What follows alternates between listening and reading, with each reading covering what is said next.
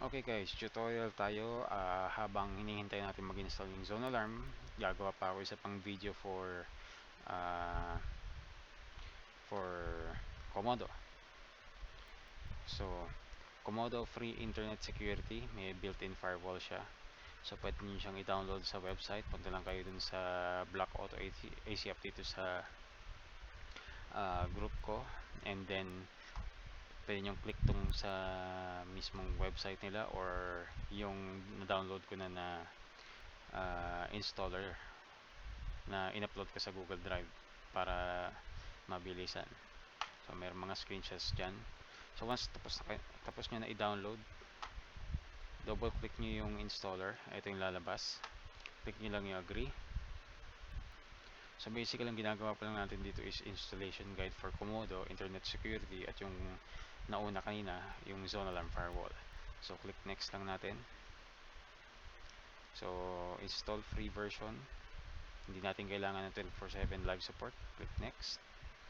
And hintayin lang natin siya matapos mag-install. Yung Zone Alarm kasi medyo matagal yung ano niya. Yung kumbaga installation niya dahil web-based siya. So dina-download muna niya yung na-download muna niya yung mga installation files sa internet. So yung Komodo, mabilis lang kasi offline installer to.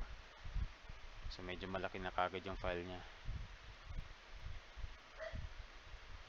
Ang ano lang dito, magda-download pa siya ng browser, in which hindi natin kayang hindi matanggal yung option para i-install.